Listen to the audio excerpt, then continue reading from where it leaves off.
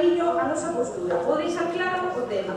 Nós non queremos un hospital privatizado que soterra os investimentos na nosa sanidade pública e a pon en grave perigo. Non nos interesa que veñan a discutir quen o fai peor ou mellor ou quen ten que pagar as contas. Veñan a discutir por que permiten que se incumplan os contratos do hospital. Veñan a discutir por que as obras non van a estar rematadas cando prometeron e, polo tanto, por que o Partido Popular practica a fraude electoral incumplindo as súas promesas. Explíquenos por que minten reiteradamente, por que o contrato dicía que o financiamento era Risco Ventura da UTE e, sen embargo, a Xunta pedir un crédito para pagar parte dese financiamento.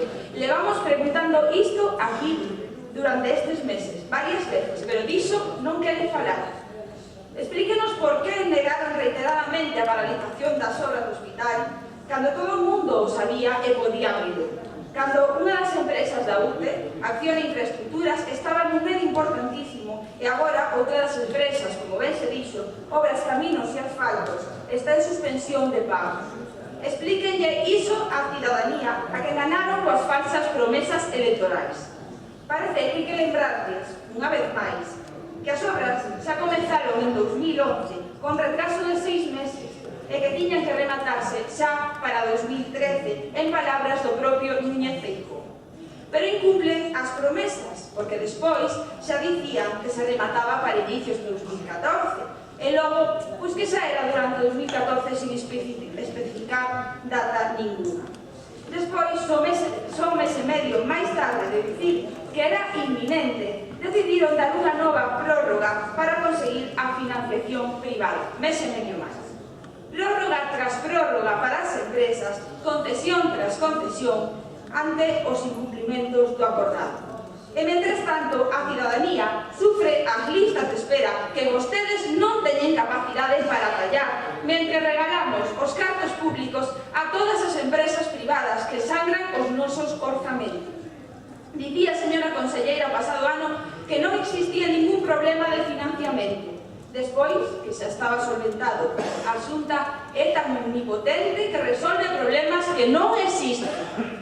Logo, cando nun acto de gracia concederonlle 90 días máis o mes pasado, na presentación do novo xerente, dixo que xa estaba arranxado o crédito das entidades e que só faltaba o visto e prace e que era inminente. E dixeron que non había de que preocuparse. Menos dun mes despois, xa recoñecía que a obra estaba paralizada. E non houve máis remedio que recoñecelo. Era vergoñento xa negalo, porque ata o comedor dos traballadores leva un mes pechado por falta de utilidade.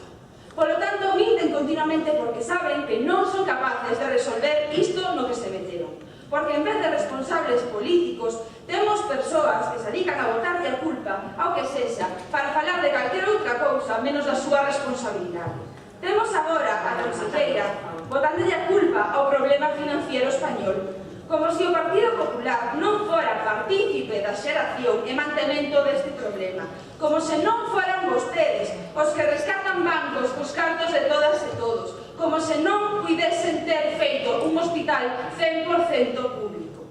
Dá ata vergoña que un goberno diga que unha obra que debera ser pública, tan importante e necesaria, está en entredicho, porque di as entidades bancarias que non están dando ningún crédito. Por que, entón, vostedes lles dan crédito ás entidades bancarias? Por que regalan os cartos públicos para salvar os bancos e logo van mendigando créditos para a construción privada? Xa non van dar máis prazos, di, porque xa non poden dalos, porque non son capaces de resolvelo e nos levan á ruína do sistema público sanitario. Non queremos hospital privado, paguen quen pague os servicios. A xente xa non cree as súas promesas valeiras, practican a fraude electoral e, polo tanto, son un goberno sen credibilidade, sen aplomo e unha fraude. Gracias.